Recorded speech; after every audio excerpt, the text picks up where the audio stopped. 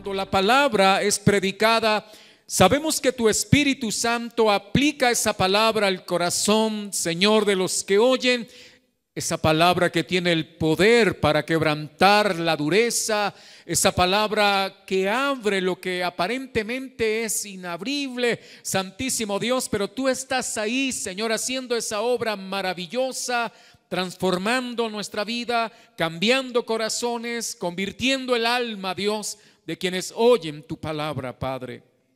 Señor, sabemos que la fe solo es posible por el oír tu palabra. Por eso, Dios, en esta mañana podamos estar con atención y sabemos que nuestra fe será fortalecida y seremos, Señor, edificados para gloria tuya y para beneficio nuestro. Dios, tú conoces cada vida que está aquí, conoces mi vida, Señor, y conoces lo que hemos vivido últimamente, Padre, lo que hemos visto esta semana en nuestro trabajo, en nuestra casa. Venimos con todo, Señor. También confesamos nuestros pecados, Dios, porque tú eres fiel y justo para perdonarlos. Muchísimas gracias, Padre, te doy por este momento. Ruego, Señor, guianza y dirección en Cristo Jesús. Amén. Quiero informarles que tenemos algunos hermanos con problemas de salud. Nuestro hermano Samuel Velasco sufrió el jueves que pasó, hizo 8 días, un infarto. Estuvo en la clínica hasta el día martes. Gracias a Dios ya está bien, pude visitarlo en su casa y él es un hombre de 82 años y gracias a Dios está en su casa echando broma otra vez. Ya, porque siempre que voy él está echando broma. Me dijo que lo habían echado de la clínica porque no había pagado allí. Entonces, 82 años y tiene buen humor nuestro hermano. El niño de la hermana Marixa ha estado también, Marixa Ropero, ha estado enfermo, lleva unos 5 días en la clínica. Él es un bebecito y bueno, está afectado por una bronquiolitis. Entonces, estoy informando esto para que usted en su oración ruegue al Señor misericordia. Mi hermano Félix, a quien el Señor ha estado restaurando, igual tiene momentos difíciles en su salud, igual para que usted ore por él. Y así por otros tantos hermanos que no están por motivos de enfermedad. Mis amados, quiero ahora sí entrar entonces a hablar de que Cristo es la única posibilidad de relación con Dios. Es probable que en el ambiente cotidiano alguna vez usted haya necesitado entrevistarse con una persona importante. No sé, quizá con el jefe de una compañía, de pronto con un funcionario público, pero en el momento de usted pensar en entrevistarse con esa persona, se ha dado cuenta que usted no tiene una relación con esa persona, que quizá usted ha oído nombrar a tal individuo, pero usted no tiene una relación con él. Y necesita ahora entrevistarse con esa persona. Muchos de nosotros hemos tenido que tratar de apoyarnos en otros que nos sirven de intermediarios. Alguien a quien en el lenguaje popular llamaríamos una palanca, ¿ya? Alguien que nos ayude para poder nosotros tener acceso a esas personas. No sé si a usted alguna vez le ha pasado, pero es probable. ¿Por qué estoy tratando de ilustrarlo así o introducir el tema de esta manera? Porque para tener una relación con Dios, no hay muchos que nos puedan ayudar a tener esa relación con Él. Solo hay uno solo, y ese es Jesucristo. Por eso en esta mañana, y usted dirá, bueno, y el tema es Cristo, como siempre, el tema debe ser Jesucristo. Nos llamamos cristianos, seguimos a Cristo, invitados por Él a caminar con Él, a ser sus discípulos. Ahora, quiero leer entonces capítulo 2, versículo 1 y 2 de Primera de Juan,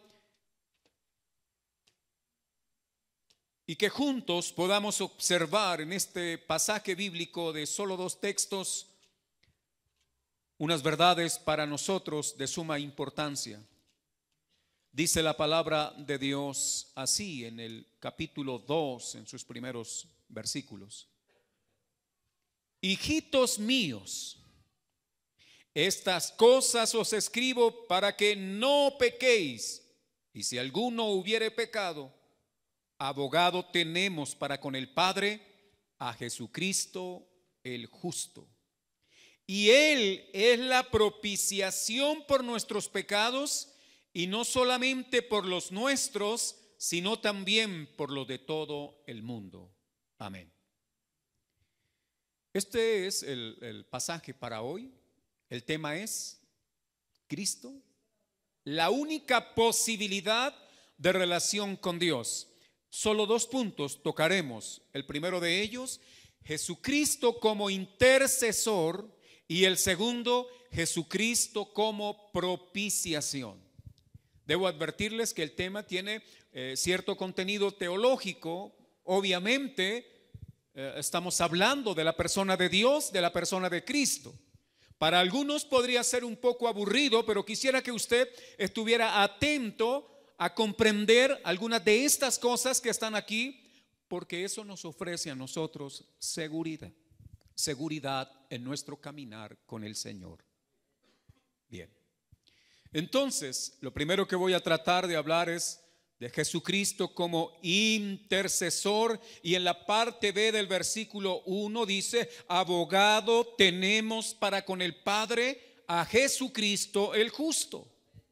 Y esa frase es sumamente importante para los cristianos. Pero no debemos olvidar lo que está escrito antes de esa línea que está ahí. Y debo destacarla: los seguidores de Jesús, los seguidores de aquel que es llamado abogado, intercesor, el mediador entre Dios y los hombres, esos seguidores no deben ser complacientes con el pecado.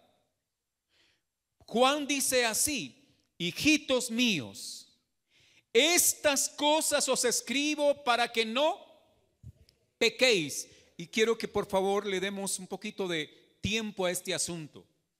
Juan dice que escribe a la iglesia para que no peque. El deseo de Dios es que usted y yo no pequemos. El pecado ofende a Dios. El pecado es la acción del ser humano que desafía al Todopoderoso, que le dice a Dios: yo puedo vivir sin ti, y declara independencia de su vida en relación con Dios. Pero no es más que arrogancia o soberbia, porque el Señor dijo: sin mí nada podéis hacer. Sin Dios no es posible absolutamente nada. Nada de lo que usted ve existe si Dios no hubiera dado origen a todas las cosas. Querido hermano, Juan está preocupado por la iglesia como un anciano que ama la obra de Dios y que ha sido llamado por Dios para anunciar la verdad del evangelio. Pero una verdad que debe señalar es que la iglesia debe apartarse del pecado. Que el que sigue a Cristo debe apartarse del pecado. Yo sé que el tema del pecado no es el tema más agradable al oído. A veces nos incomoda, nos ofende. Es como si le metieran a uno el dedito por allá en cierta llaga. Pero está en la Biblia y hay que predicarlo. Y hay que anunciarlo, no para condenarle, no para echarle al infierno. No es esa la idea. Cuando nosotros hablamos del pecado, queremos es entonces mostrarle que el pecado rompe la relación con Dios. Es más, fue rota al comienzo de la historia humana. El primer hombre, nuestro representante o nuestro padre llamado Adán, pecó delante de Dios porque no se sometió a la voluntad divina, porque hizo lo que quería, lo que le placía en su momento, y entonces Dios le echa de su presencia. Los separó Dios de él, y Dios es la vida. Por eso, separados de Dios, solo hay muerte. Ahora, desde allá todos los que nacemos en pecado.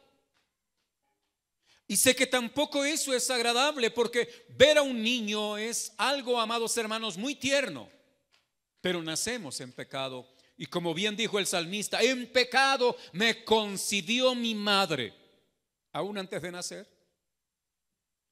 aún en la misma concepción, el pecado ya estaba presente. Y no estoy hablando del pecado por la relación sexual, estoy hablando del pecado porque cuando es concebido un ser humano, se está concibiendo con su naturaleza, y su naturaleza está caída, tiene una relación rota con Dios.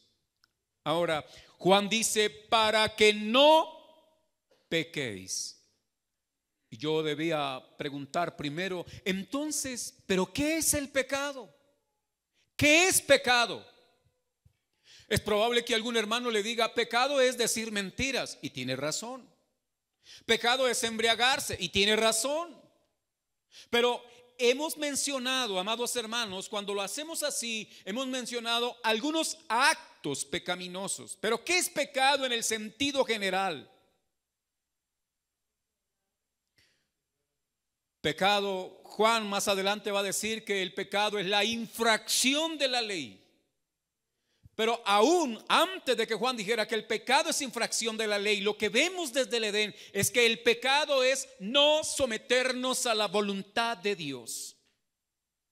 El no sometimiento a la voluntad divina es lo que se configura como pecado.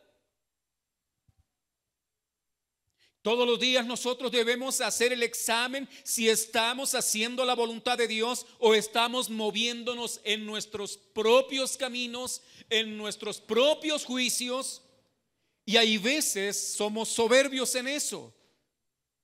Pensamos que nosotros podemos determinar muchas cosas y hacerlas y luego las justificamos. Pero pecado es todo aquello que no se conforma a la voluntad del Señor. Quisiera preguntarle, ¿considera usted que la manera en que hace sus negocios son conforme a la voluntad de Dios? Quisiera preguntarle también si acerca de cómo usted trata a su cónyuge y a sus hijos es la voluntad de Dios. Si la manera de usted vivir allá en su trabajo con los compañeros o con los en el trabajo, en el estudio con sus compañeros, ¿usted está haciendo la voluntad de Dios? Porque el no hacerla sencillamente es pecado. Por eso toda nuestra vida debe ser, amados hermanos, vista por la lente de la palabra, por la lente de la Biblia, para saber si yo estoy haciendo las cosas como yo quiero o las estoy haciendo como Dios quiere. La oración del Padre Nuestro. Jesús responde a la necesidad de sus discípulos cuando le dicen, Señor, enséñanos a orar. Maestro, enséñanos a orar. Y el Señor quiere decirles algo a través de esa oración. No les dijo que no oraran, les dijo, ustedes orarán así. Pero algo que destaca Jesús en la oración modelo es, hágase tu voluntad en la tierra como se hace en el cielo. Porque si la oración no está acompañada del hacer la voluntad de Dios, no son más que vanas repeticiones y puras palabras delante del Todopoderoso, como veíamos hace 8 días. Tiene que haber coherencia entre lo que decimos y lo que hacemos. ¿Sabe que uno puede aprender a orar bonito? Y es más, cualquiera podría escuchar la oración suya o mía y decir, oh, ¿cómo sabe orar? Pero su oración no tiene ningún sentido si no hace usted o si no hago yo en mi oración, en mi vida cotidiana, la voluntad de Dios. Porque eso es lo que está ahí comenzando la oración. La oración es aceptable, es agradable, siempre y cuando venga de alguien que hace la voluntad de Dios. Porque a quien no hace así, la Biblia dice en el libro de los Salmos que aún la oración de aquel que no guarda la palabra, esa oración es abominación delante del Señor. El asunto es supremamente complicado. complicado. Por eso Juan aquí está diciéndole: yo les escribo esto no para mortificarlos, no para causarles de pronto algún trauma. Yo les escribo esto es para que ustedes no pequen. Ahora, quiero que entendamos algo también, y es que a través de la palabra Dios nos da en mandamientos, en preceptos, en leyes, a conocer su voluntad. O sea, lo que Dios nos enseña en la Biblia es lo que Dios quiere que nosotros hagamos. Por ejemplo, la Biblia dice: no mintáis los unos a los otros. Bueno, esa es la voluntad de Dios. Pero si estamos mintiéndole a alguien, ya no estoy haciendo la voluntad de Dios. Y por eso se constituye pecado. Tanto que Santiago dijo: bueno, pero pecado no es solo hacer lo malo. Porque algunos podrían decir: bueno, yo me cuido, yo no hago lo malo. Y podríamos pensar que somos buenos. Es más, es la manera natural de razonar del ser humano. El ser humano dice: yo no mato, yo no robo, yo no le hago mal a nadie. O sea, de puro milagro no está en el cielo ya, porque es tan buena gente. Y algunos, por ejemplo, cuando se les predica el evangelio, dicen: no, yo no necesito de eso, porque yo no mato, porque yo no robo, porque yo hago, es más, algunos dicen: yo hago obras buenas. Permítame decir que pecado no es solo hacer lo malo, sino no hacer lo bueno. Pero no es lo bueno según usted, es lo bueno según Dios. Es lo bueno que Dios quiere que yo haga. Y no siempre la voluntad de Dios me es agradable hacerla. Yo he experimentado, yo no sé si usted lo ha experimentado, igual no quiero con esto tratar de decir que la experiencia es la regla aquí, no. Pero hemos experimentado que algunas veces hacer la voluntad de Dios significa algo que va en contra de lo que yo deseo hacer. Y Pablo lo expresa en el capítulo 7 de Romanos, cuando dice: miserable de mí, porque yo queriendo hacer lo bueno, no lo hago. Y lo malo que quiero evitar, termino haciéndolo. La voluntad de Dios es que hagamos lo bueno que Dios quiere que sea hecho, pero a veces eso a mí me incomoda, porque yo creo que hay algunas cosas buenas aquí según mi juicio, pero no son buenas según el juicio de Dios. Y eso me causa cierto problema. Por ejemplo, a veces pasan personas, nos insultan, desconocidos que nos insultan, y uno como que dice: ¿y qué hago aquí? ¿Cuál es la voluntad en ese momento? Y esta semana tuve una pequeña lucha, porque iba en el carro y una persona y me insultó y me dijo cosas feas, y en ese momento sentí adentro algo de mi voluntad. Pero eso que yo experimenté aquí adentro no era bueno según Dios. Y yo sentí el deseo de alcanzarlo. Yo sentí el deseo de la vindicación. ¿Ya? Mas sin embargo, era la lucha ahí mientras yo seguía avanzando, era luchando con eso, porque con eso experimentamos que a pesar de los años de estar en el Señor, hay una naturaleza en nosotros que trata de inclinarnos al mal. ¿Ya? Quiero decir que mi voluntad era otra, pero la voluntad de Dios está expresada en la Biblia, que cuando dice: cuando los maldigan, que dice la voluntad del Señor, que cuando a usted lo maldigan, usted debe bendecirlos. ¿Fácil eso? Eso es fácil leerlo en el texto bíblico.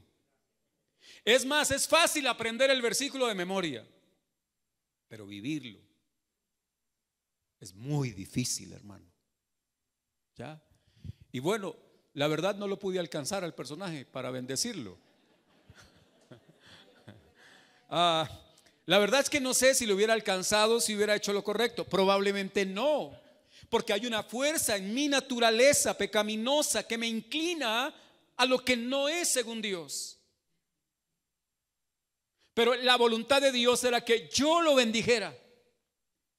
Y nos cuesta mucho eso. Juan dice, yo les escribo para que ustedes no pequen. No pequen. Actos pecaminosos delante de Dios. Ahora, es interesante eso. Quiero mostrar que los cristianos pecamos. Pero que los cristianos no deberían pecar.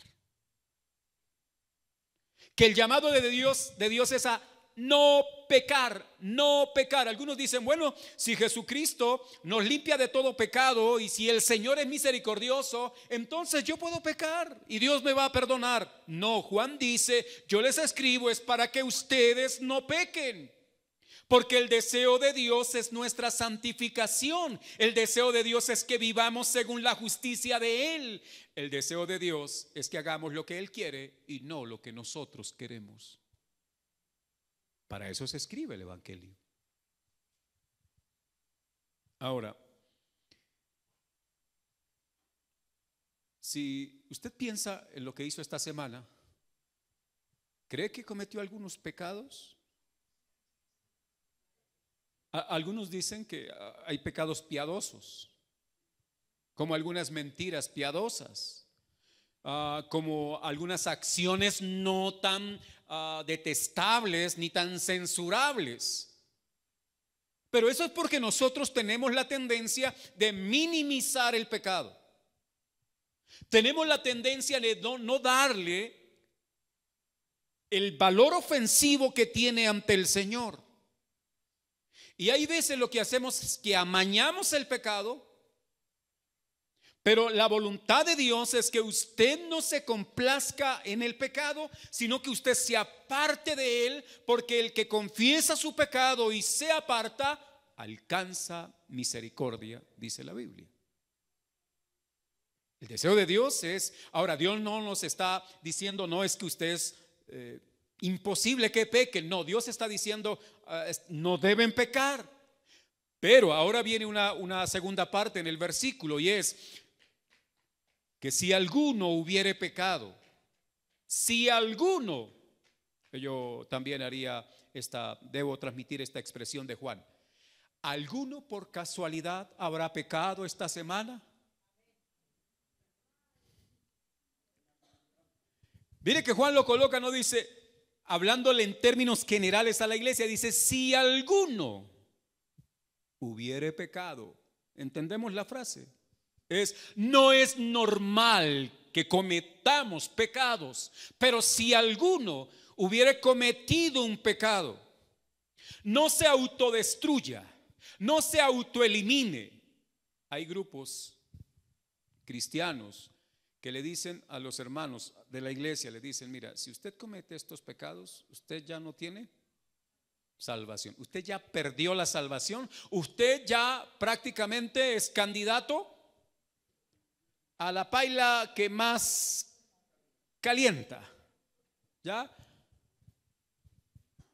Pero no es ese el mensaje del Evangelio. El mensaje del Evangelio no fomenta el pecado, pero no, amados hermanos, deja al pecador sin esperanza. Por el contrario, ofrece esperanza. Dije que el pecado rompe la relación con Dios, la rompió al comienzo, pero que hay una posibilidad de volver a tener relación con Dios, de acercarnos a Él, porque Él se acercó a nosotros a través de la persona de Jesucristo. Y nos dice ahora, si alguno de los que han sido llamados por el Señor, de los que son hechos hijos de Dios, si alguno de ellos hubiere cometido pecado, ¿qué sentirá un cristiano? Y todos vamos a poder decir qué es lo que sentimos cuando nosotros cometemos pecado. ¿Qué sentimos? Bueno, hay dolor, sentimos tormento aquí adentro, sentimos vergüenza, nos da muchísima pena. Nos sentimos muy mal. Algunos hasta pierden el sueño. Les cuesta trabajo conciliar el sueño. Es más, David cuenta esa experiencia, que cuando él pecó no podía dormir y en su lecho prácticamente lo que hacía era, amados hermanos, estar todo el tiempo torturado. Tuvo problemas de orden emocional, psicológico, espiritual, físico. El pecado es una plaga que destruye al ser humano. Ahora, al pecador, al que no ha sido llamado, porque tenemos aquí una idea que hay que clarificarla. El cristiano que ha sido llamado por Dios ahora es hijo de Dios, pero aún todavía en él hay naturaleza de pecado. ¿Es verdad? Bien. Pero hay gente que Dios no ha llamado a sus caminos y entonces solo viven para pecar. Y todo lo que hacen y piensan y dicen, todo está influenciado bajo el señorío de una naturaleza pecaminosa. Estas personas van y cometen un pecado. Yo les pregunto, ¿pueden dormir? Sí. ¿Pueden comer tranquilos? Sí. Uno se pone a pensar, ¿cómo es posible que un ladrón sale y atropella, mejor, atraca a una señora que es madre cabeza de familia, que ha trabajado todo un mes para ganarse un mínimo, y entonces va y la coge en el momento en que sale del cajero con su sueldo para comprar pan para sus hijos, y él llega y la atraca y la señora trata de decirle, no, por favor no me quite eso que es el pan de mis hijos, mas el hombre la insulta, la empuja y le quita a la fuerza el dinero.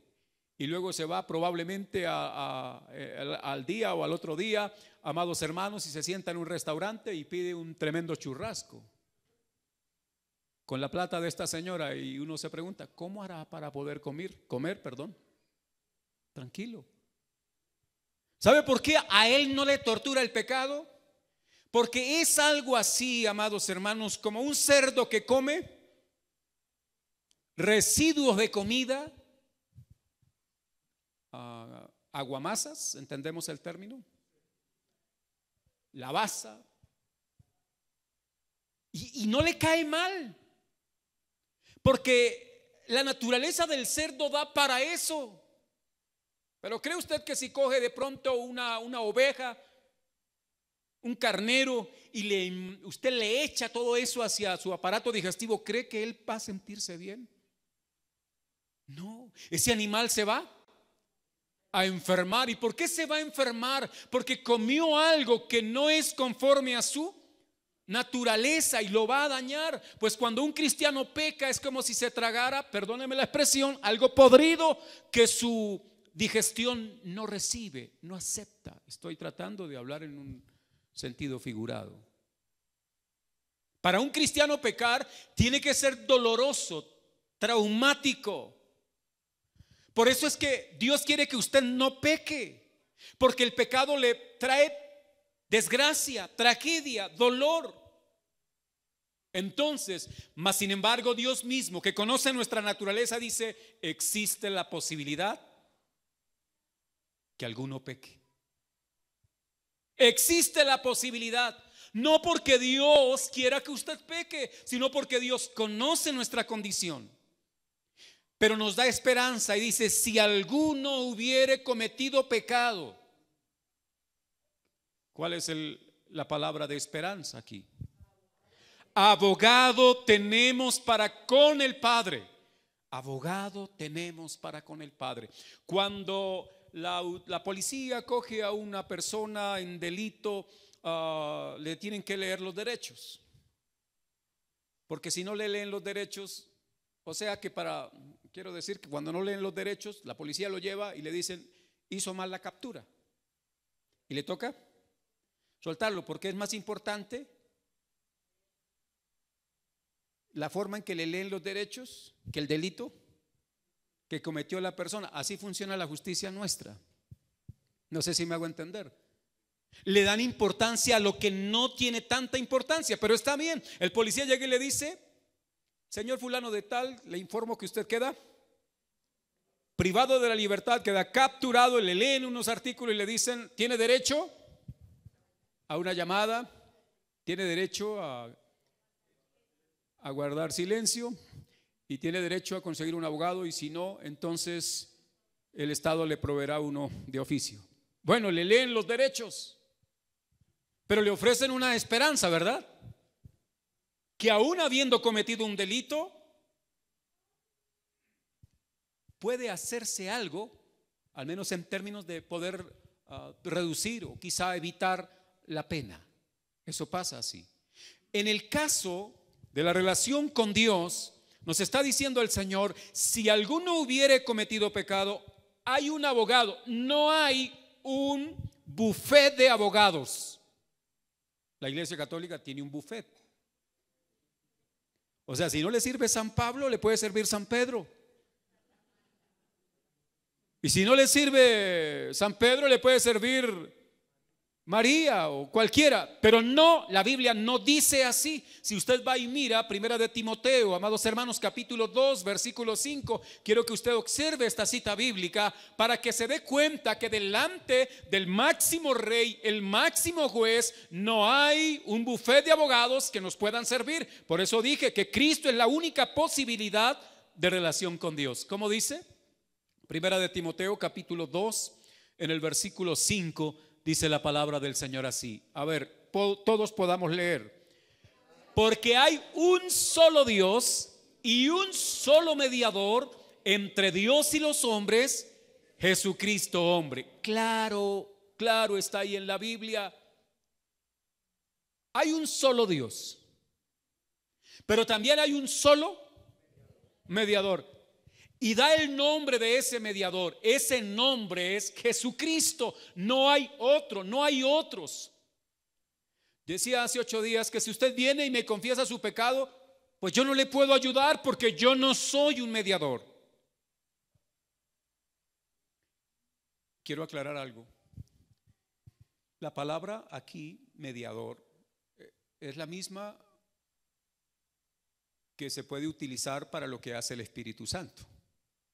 Interceder, mediador, paracleto, consolador, son palabras que van a estar ahí muy relacionadas.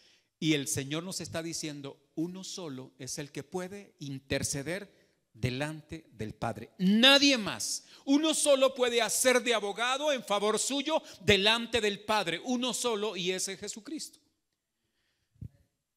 A mí a veces me preocupa, y quizá lo he mencionado algunas veces, que hay hermanos que dicen, es que yo soy intercesor en la iglesia. No, usted ora por otros. A usted le gusta orar por otros, pero intercesor no hay sino uno solo. Uno solo. Hermano, es que estoy aquí intercediendo. No, está orando. Hay uno solo que puede interceder por nosotros. Pues si usted quiere, hágalo, pero usted no está acreditado para ser intercesor de nadie. Y esto debe quedar claro para la iglesia. Y hay iglesias que tienen grupo de intercesores y algunos se creen hasta de mejor nivel espiritual. No, qué bueno es que los hermanos entendamos que todos tenemos la obligación de orar unos, pero eso no nos acredita a nosotros a ser intercesores. Algo así como la persona que atiende una farmacia. La persona que atiende la farmacia, ¿qué debe hacer? Pedir las fórmulas que manda el médico y despachar las fórmulas médicas. Pero se han dado cuenta de que hay, ¿cómo se llaman estos señores que atienden las farmacias? Regentes de farmacia, gracias. Estos regentes de farmacia, funcionarios de la farmacia, algunos se creen médicos.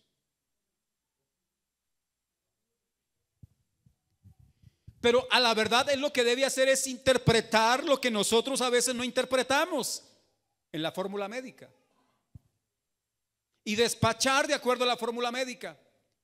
Pues algunos hermanos creen que pueden interceder, pero a la verdad son mejor regentes de farmacia. Deberíamos interpretar lo que Dios quiere decirnos y formular lo que Dios quiere que se le formule a la persona, pero nosotros no somos autorizados delante del Padre para interceder por nadie. Puede sonar feo. Quiero decir, ¿puedo orar por otro? Sí. Pero siempre debo orar al Señor rogando su inmensa misericordia. Pero no puedo ser abogado de Él. No puedo. Porque la Biblia me está diciendo a mí que hay uno solo. Y voy a decirle algo, que para graduarse como intercesor, como abogado, tenía que ser Jesús mismo el sacrificio, morir en la cruz. Y nadie más ha muerto en la cruz. Por eso el único acreditado para estar delante del Padre, cumpliendo una labor sacerdotal de intercesión, de abogado, de estar en favor de nosotros, el único es Jesucristo. Y eso debe ser claro para todos nosotros. Usted comete un pecado, quizá vaya y le diga a otro hermano de la iglesia: hermano, usted que es más espiritual que yo, por favor, ruéguele a Dios para que Él me perdone. Pierde el tiempo. Y si el otro le dice: está bien, voy a rogar a Dios, y entonces yo esta mañana, más tarde o mañana en la mañana voy a hablar con el Padre y Él lo va a perdonar. Eso no funciona así. No engañe al otro. No haga que nazca en el otro una falsa confianza. Al otro hay que decirle: vaya al Señor, porque la Biblia dice que debemos confesar nuestros pecados. ¿Y cada cuánto hay que confesar nuestros pecados?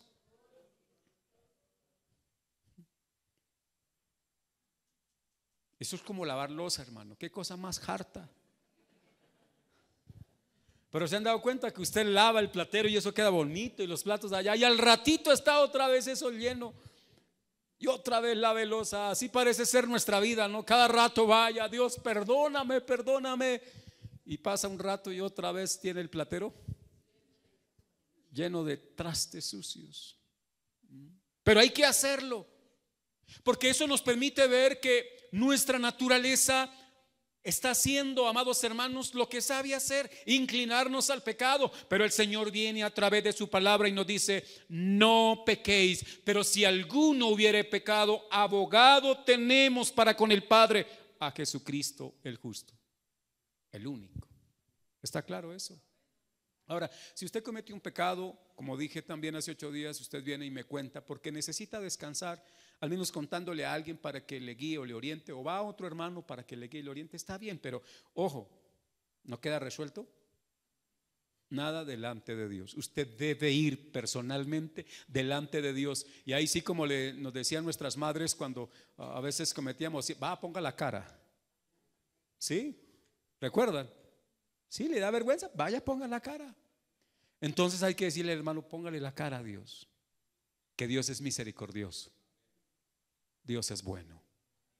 Tan bueno es que cada rato venimos a pedir perdón y Él nos extiende su perdón a través de Jesucristo. Pero eso no significa licencia para pecar, porque Él dijo: yo les escribo esto es para que no pequéis. Bien, amados hermanos, entonces recuerde, solo hay un mediador, solo hay un intercesor, hay un abogado. Y usted dirá: ¿para qué necesita abogado? Porque pareciera ser, no estoy muy, no tengo claridad sobre esto, pero Apocalipsis 12:10 dice que será echado al lago que arde con fuego y azufre el diablo, el cual es el acusador de los hermanos. ¿Quieren ver el texto bíblico?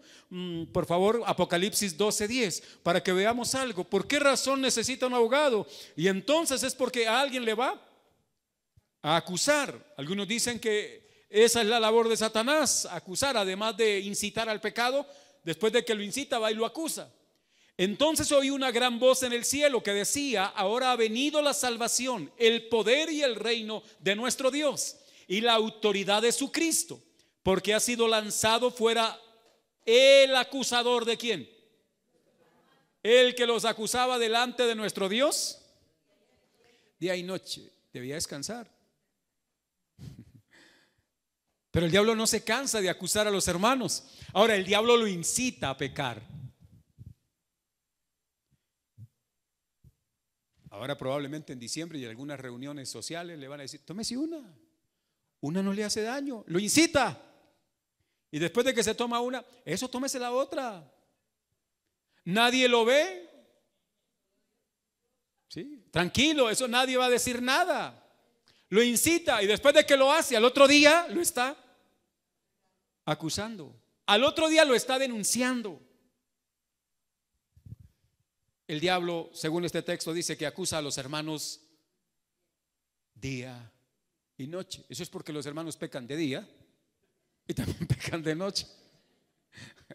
Porque como que también en nosotros no nos cansamos de pecar. Entonces el acusador tiene trabajo. Pero también tengo una buena noticia. Si es que la iglesia, los hombres de Dios, las mujeres de Dios pecan permanentemente, no porque vivan en el pecado, no porque deseen practicarlo, sino porque hoy usted, mañana yo, pasado mañana el otro, y ahí va la iglesia marchando y el diablo acusando. Por eso necesitamos un abogado que nos defienda. ¿Y quién es ese abogado? Jesucristo. Aquí en Colombia hay unos abogados que son ya bastante reconocidos, ¿no?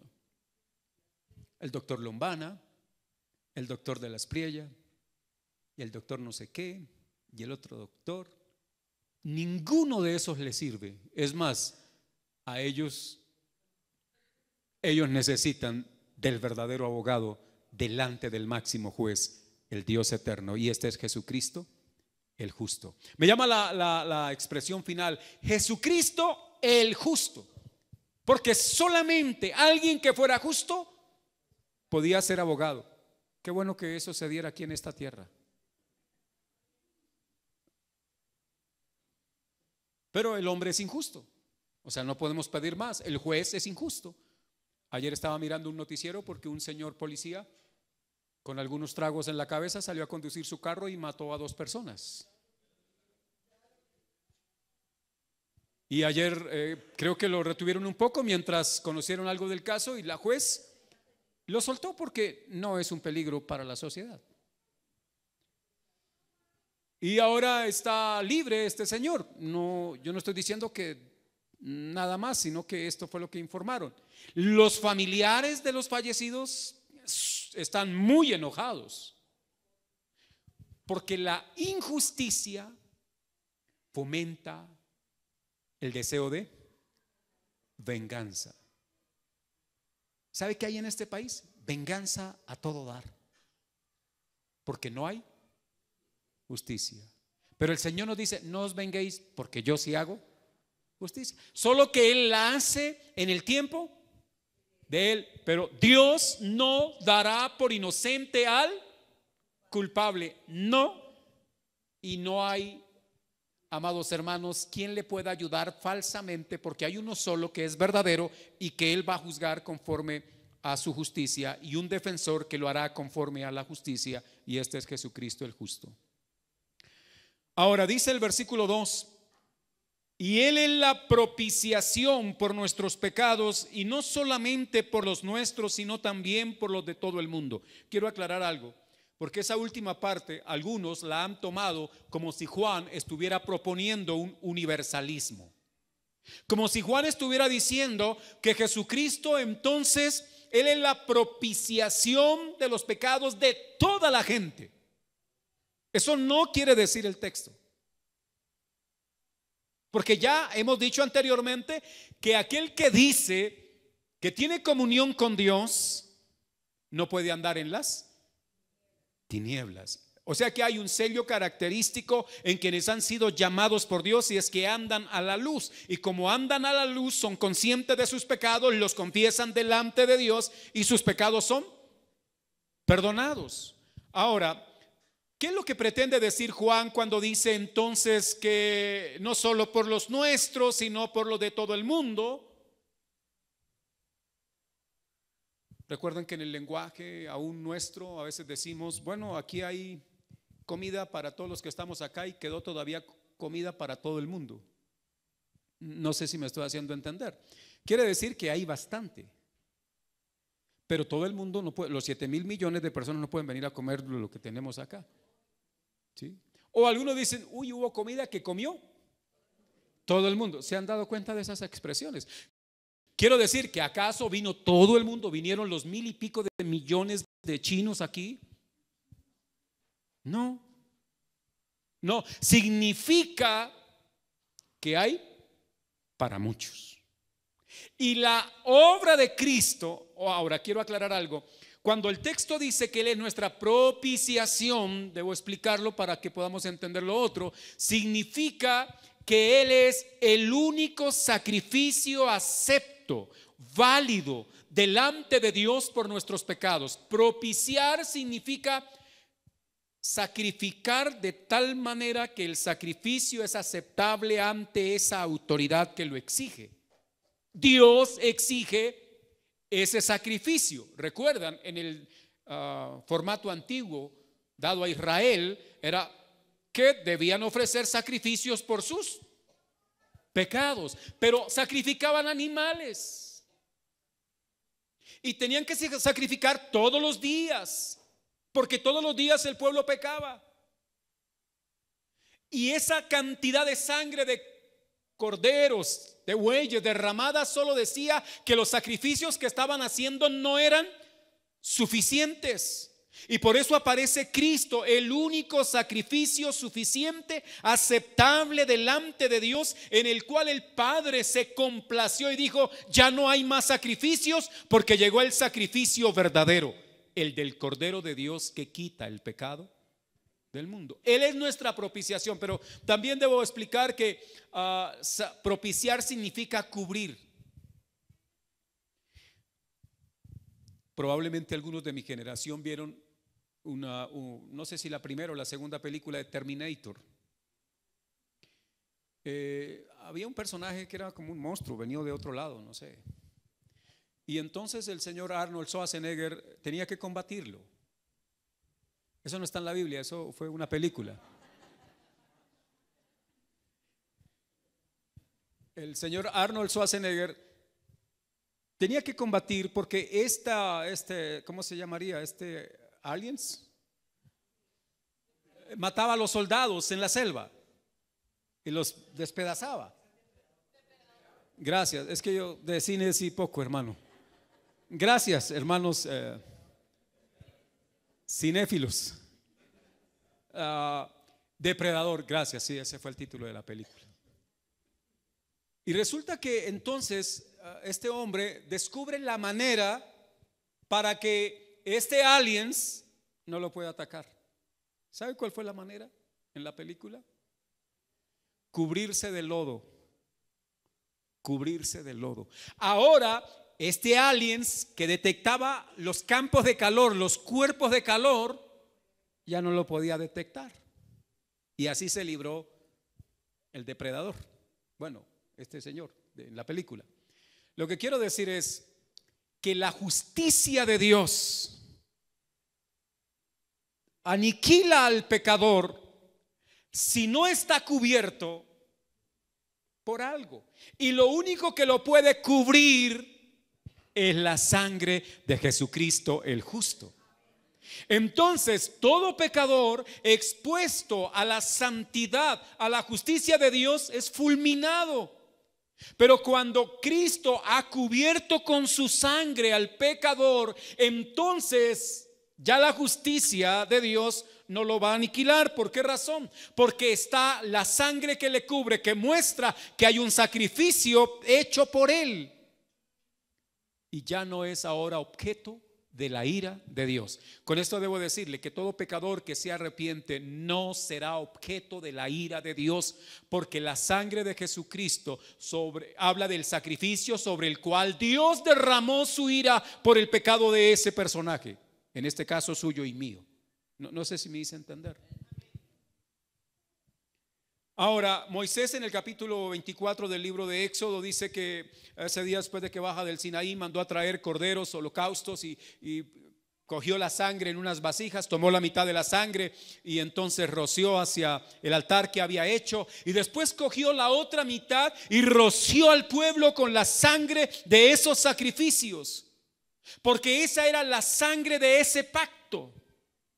Pero obviamente rociar no cubre completamente, lo que indica que fue un rociado no suficiente.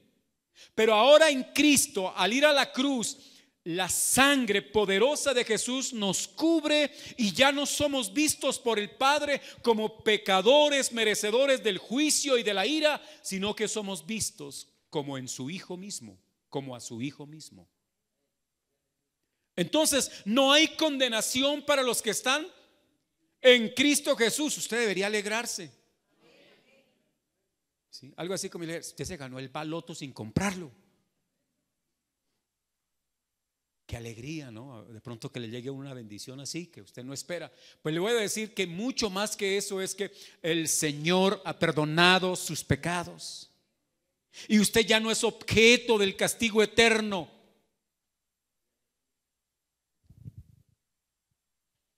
Ahora, es el único sacrificio, no hay dos.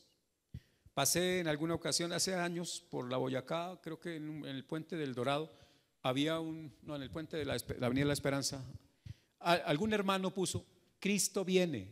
Aquellas épocas de que cada rato ponían esa frase, colocaban esa frase. Y alguien no creyente puso debajo, y si vienen, lo matan otra vez. ¿Sí? O sea, un hermano puso, Cristo viene, y otro por allá que no entiende nada de esto dijo, ¿y si viene? Lo matan otra vez. Sí, eso creen algunos, pero esta vez no viene para morir, esta vez viene para juzgar.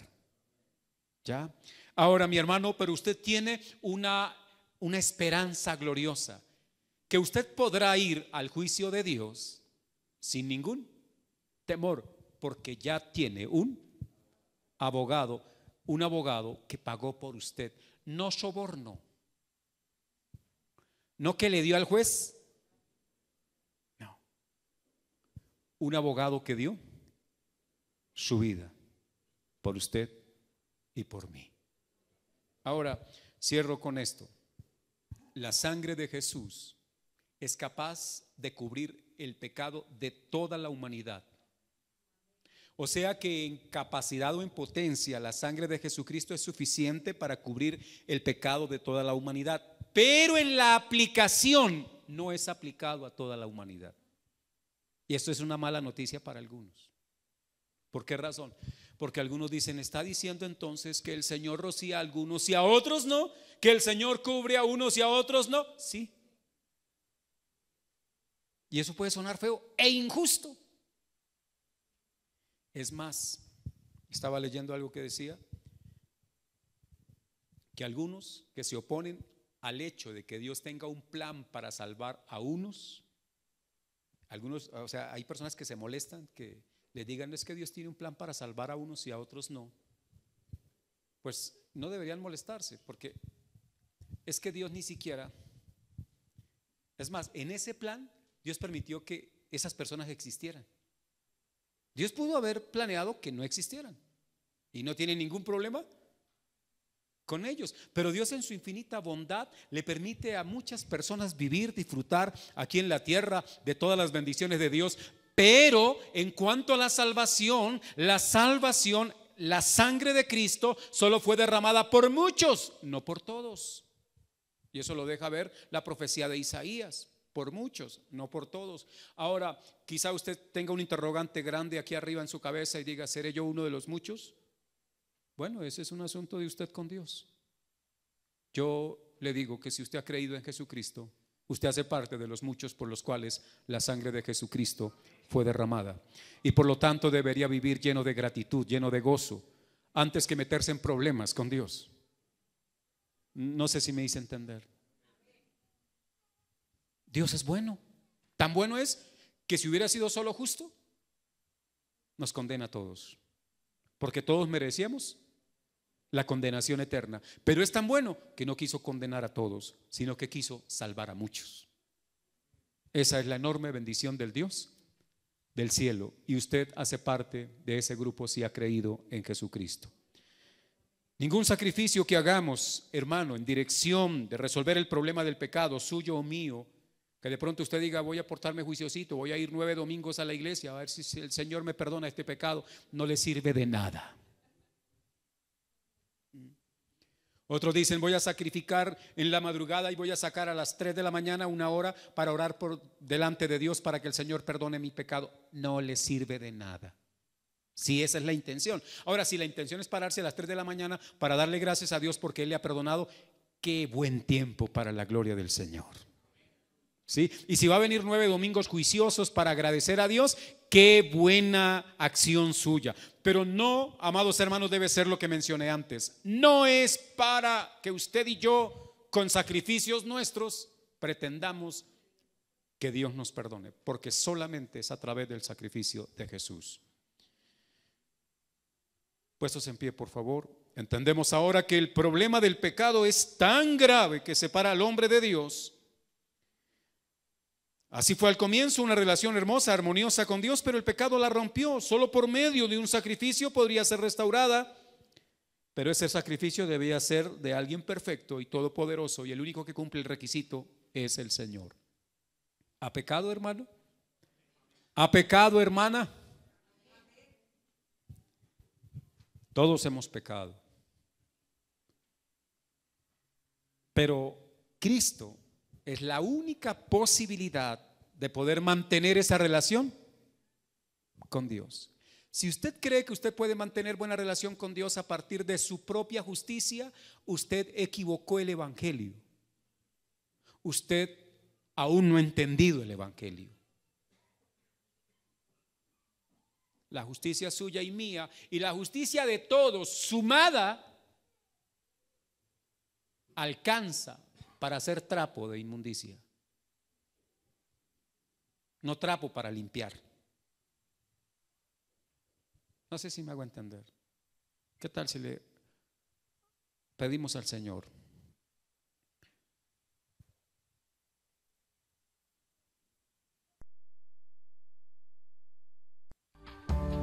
que tenga misericordia de nosotros? Pero también le vamos a agradecer que Él es nuestro abogado. Usted le va a decir gracias porque usted no